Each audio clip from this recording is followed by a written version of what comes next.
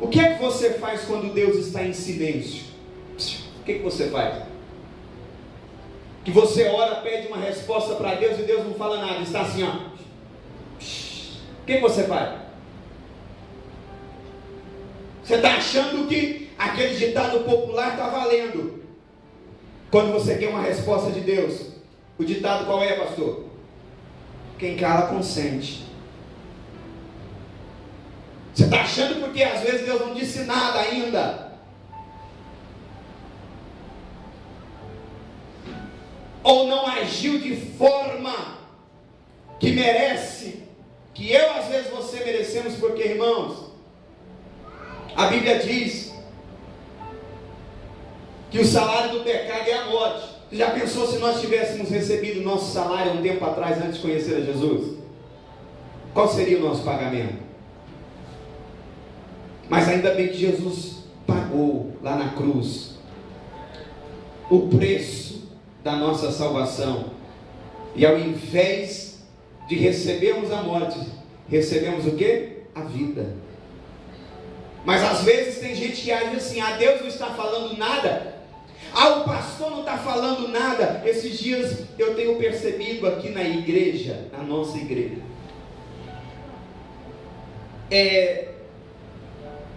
uma certa flexibilização em algumas coisas que nós não abrimos mão e que nós não deixamos de prezar por elas.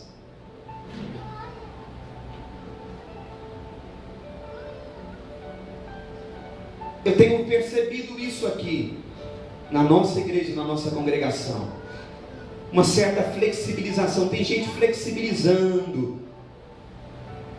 Eu quero dizer uma coisa, que nós não mudamos a nossa doutrina e os nossos usos e costumes aqui da Igreja Assembleia de Deus Missão. Nós continuamos prezando para que as moças não andem de bermudinhas, mas eu já vi irmãs membro aqui em comunhão da igreja. Aqui são membros, participam da ceia.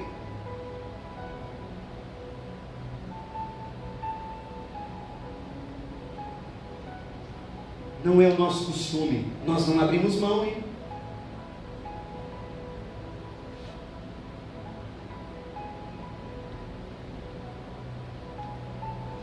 Algumas aqui estão com a postura adequada, mas lá fora você não reconhece. É da nossa igreja. Dá vontade de parar e perguntar: Pai, você está congregando lá comigo mesmo, na nossa igreja? Que não venha cantar aqui no conjunto, irmã, de tomara que caia, de outras coisas, porque tem umas que já caiu, não precisa ficar torcendo para cair não, tem umas que já caiu mesmo, já está caindo o negócio, já está exposto.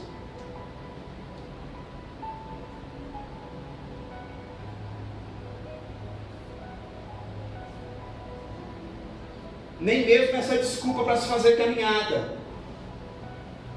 Pega uma saia e vamos manter o nosso costume. Principalmente, irmãs, isso vale para os rapazes também. Nós não temos esse costume. Jovens, rapazes, membros em comunhão de bermuda. Irmão, nós vamos ter uma postura diferente. Nós não somos... Você já é homem, viu? Falo para os jovens, para os adultos, para todos. Nós temos uma postura. Eu estou falando para a igreja, aqui para os irmãos que congregam aqui, que são membros da Assembleia de Deus Missão Campo de Santa Helena. Certamente pode ter alguém me acompanhando pela internet que vai ouvir depois e que não pertence ao nosso ministério, que tem um outro costume. Nós respeitamos, mas nós aqui temos uma doutrina e um costume diferente. As nossas irmãs não usam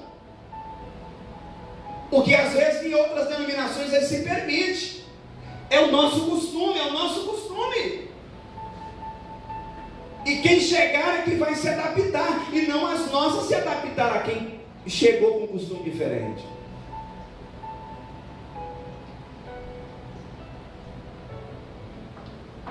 Eu ainda sou dessa época, irmãos, que se reconhecia uma crente.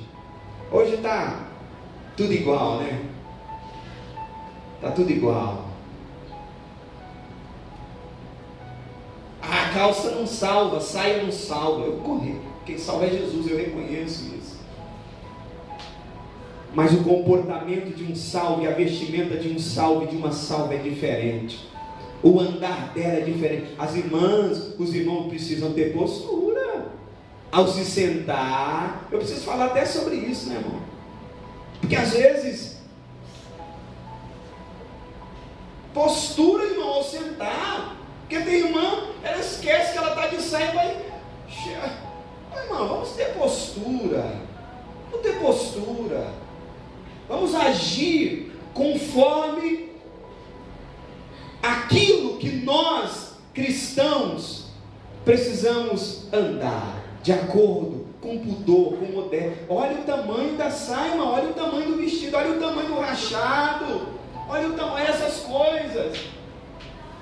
A questão dos homens é outra, o homem é dado a outro, o problema com os homens é outras coisas. Se por um lado Satanás atua na questão da vaidade com as mulheres, com os homens é outras coisas. Tem uma questão de hábitos, de vícios, que parece que está enraizado no coração já vem enraizado no coração do homem. Como o homem é dado ao jogo, a certas manias e coisas. Porque é assim, irmão, às vezes os homens estão lá, é isso mesmo. Mas há costumes que nós homens vamos tomar cuidado. Inclusive, se nós não tomar cuidado, você já viu um homem fofoqueiro? Tem. É difícil, mas tem, que conversa muito, que tal. Seja membro, seja obreiro, nós precisamos ter esse cuidado, irmãos. Se eu estava conversando com a minha esposa e falando sobre essa necessidade de nós melhorarmos nesse sentido. Não estou falando mal, não, eu estou só comentando. Irmão, daqui a pouco nós viramos fofoqueiro, né, meu irmão? Não, estou só falando aqui, comentando. Chega aqui, comenta ali, aí viramos fofoqueiro.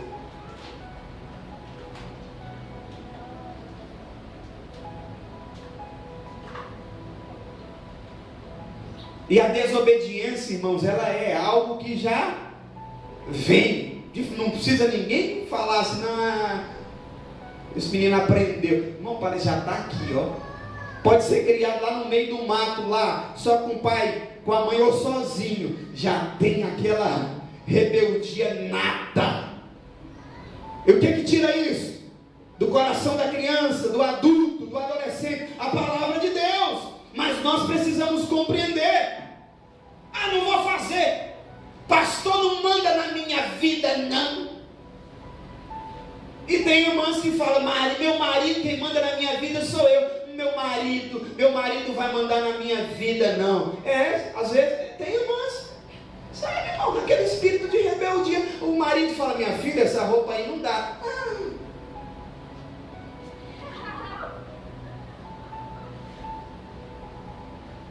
Vocês podem rir, mas a coisa não é para brincar, não é brincadeira, a coisa é séria, porque as coisas de Deus são sérias, a obra de Deus é séria, a nossa salvação é coisa séria. Vocês estão vivendo, nós estamos vendo um mundo que está vivenciando aí o cumprimento da palavra de Deus. Essa questão dessa pandemia, abrindo aqui um parênteses, tudo isso que eu estou falando, é mais um cumprimento da palavra de Deus. Pastor, mas peste, terremoto, guerras, rumores de guerras, existe desde sempre, existe mesmo, mas não como nos últimos dias. Esses sinais têm se multiplicado. Esses sinais estão se multiplicando. Essa pandemia tem desafiado, e tem gente, daqui a pouco volta tudo a normal. Irmãos, tem gente que está querendo voltar para a mesma vida de pecado, de desobediência, de rebeldia. E eu quero te dizer, não dá mais tempo para brincar. Não dá mais tempo para brincar de ser crente, de ficar pensando, porque tem gente que está pensando ainda. Olha, se você está no meio do caminho, se você está pensando, eu quero te dizer uma coisa, é hora de você decidir-se por Cristo. Toma a melhor decisão da sua vida, que você não vai se arrepender depois. Decida ser fiel, decida ser obediente. Você está esperando Jesus voltar? Está esperando Jesus voltar para você falar, agora eu vou ter compromisso? Porque só está faltando isso. A única coisa que falta acontecer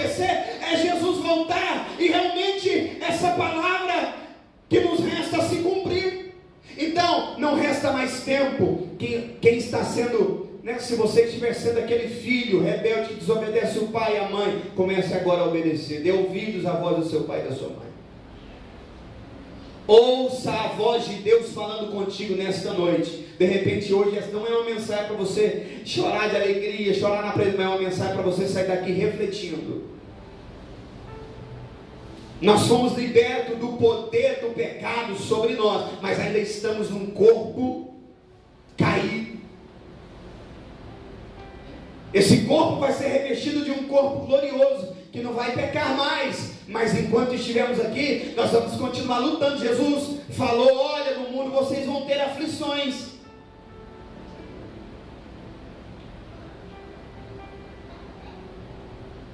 E nós precisamos compreender essas circunstâncias, essas situações. Tem gente que perdeu o seu alvo de vista. O alvo dele não é o céu mais, é só a faculdade dele. Irmão, faça faculdade, se esse é o desejo do seu coração. Cresça, e se Deus te der condições de ficar rico, fique, mas não perca o céu de vista. Eu louvo a Deus, eu estava ouvindo um testemunho de um irmão nosso lá de Santa Helena, que foi uma pessoa de muita posse, que possuiu muitas terras lá, as melhores terras que havia lá nos arredores do Rio Verdão, lá em Santa Helena, era desse irmão, o irmão João Batichó, que faleceu o ano passado. E esse irmão, devido a uma questão dele avalizar muitas pessoas, ele veio a perder tudo que ele tinha. Só não perdeu a casa, mas terras. Eu cheguei aí em terras, em fazenda que ele tinha lá, numa ilha no Rio Verde. Eu cheguei aí várias vezes nessa ilha lá. Era coisa grande mesmo que ele possuía, mas incorreu nessa questão de avalizar muitas pessoas, e o banco tomou as terras dele tudo. Ele perdeu tudo.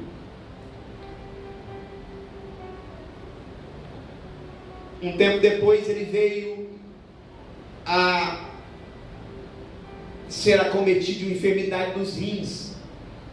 E naquela época em Santa Helena não se fazia, eu nem sei se ainda faz hoje, nós temos hospital de urgência lá em Santa Helena, que é nossa cidade natal, mas não fazia hemodiálise, nem mesmo em Rio Verde. Rio Verde hoje é uma grande cidade, mas não fazia, e ele tinha que ir com a Kombi, sair com a Kombi lá de Santa Helena e ia para Goiânia para fazer hemodiálise. Eu me lembro que esse irmão Osmar, era uma pessoa, aquela pessoa que sempre, eu lembro, na construção do templo lá de Santa Helena, do grande templo,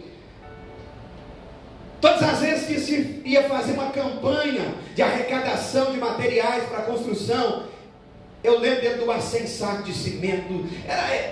Sempre lembro dele ter um coração muito generoso para a obra do Senhor, e veio a ser acometido por tudo isso. Eu lembro do pastor Álvaro Além Sanches, que é pastor em Uberlândia hoje, dizer que nunca escutou, e eu ainda vivi muito tempo, convivi, não tinha aquela proximidade com o irmão João Batichó, mas lembro do pastor Álvaro dizer que ele nunca reclamou de ter perdido tudo aquilo que ele tinha, que o pastor Álvaro ia sempre na casa dele conversar com ele, ou mesmo daquela enfermidade que ele veio ser acometido. Sabe, irmãos, tem gente que acusa, reclama de tudo para ele é motivo para reclamar. Esse carro não presta, esse carro é uma derrota, esse carro é uma bomba. Essa moto é uma... Irmão, tudo aqui dá problema, inclusive nós. O janeiro passa, eu não cheguei nos 40 ainda, mas diz que depois dos 40, se você não amanhecer com a dor, pede para alguém te beliscar, porque você pode acontecer que você não está vivo. Já ter partido para a eternidade. Mas nós chega lá, se Jesus não voltar, Josimar disse que é nos 30, mas ele já está chegando nos 40. Sabe, queridos? Então tem gente que se acostuma a reclamar de tudo. De tudo.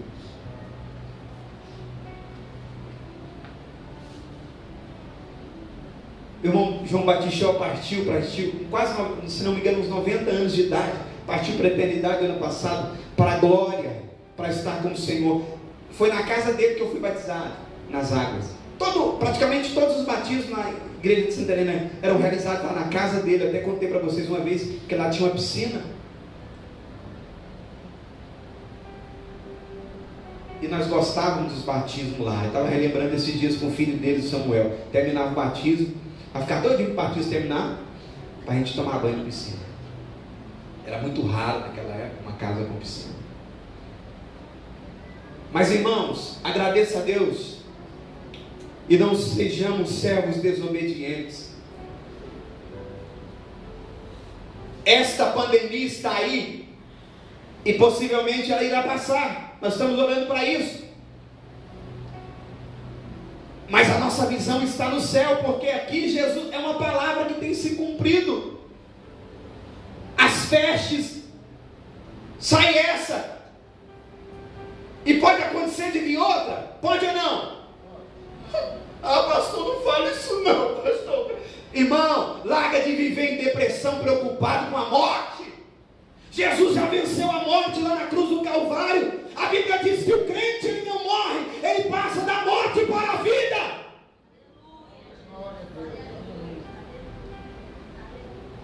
Ele não tem morte espiritual. Aqui sim, expiramos, o corpo tomba, o espírito se retira, mas para estar com Deus. Agora, aquele que não tem convicção de salvação precisa realmente tomar uma decisão e fazer uma análise da sua vida, uma reanálise, porque uma coisa que o Espírito Santo dá para o homem e para a mulher que entrega a sua vida a Jesus é convicção de salvação, coisa que a religião não faz. A religião não dá salvação para ninguém.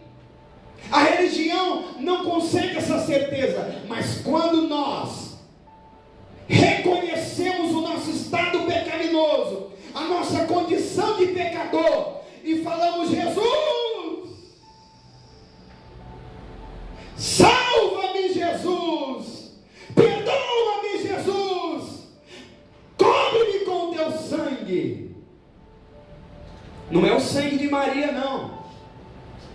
Não é o sangue de Pedro, não. Não é o sangue de João. É o sangue de Jesus que perdoa pecado.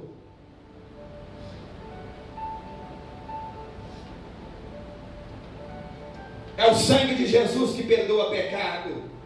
É o sangue de Jesus que perdoa pecado. Moças, rapazes, senhores e senhoras, valorizemos o sangue que foi derramado na cruz do Calvário. Hoje você entende e sabe, irmão Kleber, que é muito bom tocar aqui na igreja. Kleber está aprendendo a trocar bateria, daqui um dia vai estar tocando aí, se Deus quiser. É muito bom ser músico, é muito bom operar um som como esse. De repente, você agora, a gente pode olhar e falar: mas dá tanto trabalho. Trabalharmos na obra do Senhor, irmãos, é um privilégio. Fazermos algo para Deus aqui. E só na eternidade será revelado o quão precioso, o quão valoroso foi e é nós fazermos algo para Deus. Eu louvo a Deus pela vida dos irmãos que tem nos ajudado a fazer a obra do Senhor aqui. Louvo a Deus pela vida do irmão cooperador Levi, mas Jaqueline, que trouxeram as placas ali para nós colocar na entrada da igreja, a questão das máscaras. Tudo isso é algo que se faz para Deus.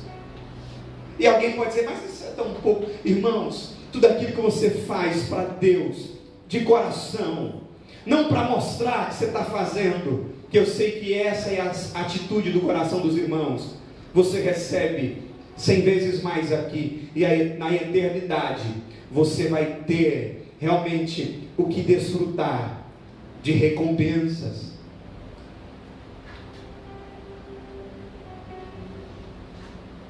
Não sejamos desobedientes. Vamos analisar: será que nós estamos sendo filhos desobedientes? Será, cooperador Josimar? Para nós que ainda temos os nossos pais, Será que estamos reverenciando eles e a Deus? Estamos vivendo uma época em que tudo é relativo, né, irmã Jéssica? Tudo é relativo. Pecado? Não, mas isso é relativo. De repente, isso não, hoje nós estamos numa sociedade pós-moderna, pastor. O senhor está falando de usos e costumes aqui, né? Que isso, pastor? Essa igreja Assembleia de Deus, Campo de Santa Helena, é atrasada demais. Ou será que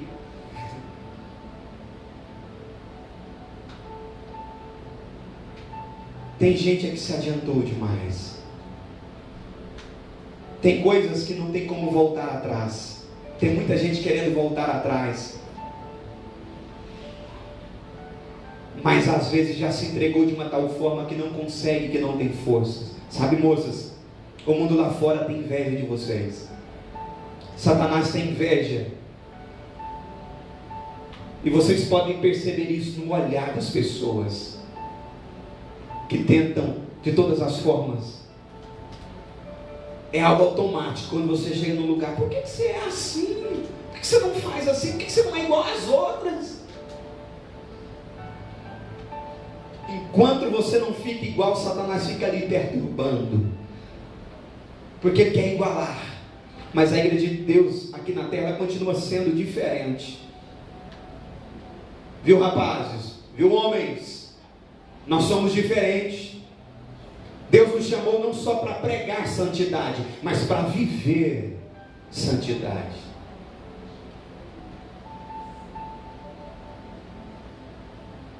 O jovem cristão, ele é diferente. O homem de Deus, ele é diferente. Ele é diferente no trato com a sua esposa. Eu já vi muitos homens e até servos de Deus que tratam a mulher esculhamba, sabe, irmão? Com uma grosseria tão terrível, uma falta de respeito. Você já viu que nós temos uma facilidade para respeitar, às vezes, as pessoas que não são da nossa família? Tratamos bem. É ou não é assim, irmão? Aí quando é alguém que ó, seu burro. Você acha que não tem esposo que fala assim com a esposa? E vice-versa?